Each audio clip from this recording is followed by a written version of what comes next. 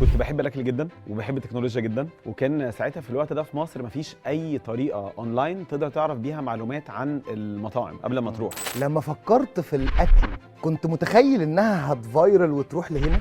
انا كنت بحل مشكله لنفسي انا كمستخدم عادي جدا. يعني انا حسيت ان ازاي ما حدش عمل حاجه زي كده، وكنت مستغرب. وانا نفسي شخصيا بحب الخروج والاكل وعايز استكشف دايما مطاعم جديده، فحسيت ان دي حاجه مش انا بس اللي عندي المشكله دي. يمكن انا لو اخدت التجربه وابتديت انا المشروع، في ناس كتيره جدا هتبقى مستخدمين للبلاتفورم ده. وده فعلا اللي حصل في وقت قليل جدا. اول لما طلع الويب سايت جالنا عشان عشرات المشكله الآلاف. موجوده. المشكله موجوده ومشكله حقيقيه جدا. وانا شخصيا كنت حاسس بيها يعني. فلما قعدت اسال اصحابي واتكلم مع ناس كتيره قالوا لي احنا شايفين ان دي ممكن تكون فعلا حل كويس ودي حل ليها. ولا انا ولا اي حد من اللي كنت بتكلم معاهم كنا فاكرين ان الموضوع هيوصل للبيزنس الكبير بالحجم اللي احنا فيه النهارده، بس انا كنت عايز احل المشكله كده كده.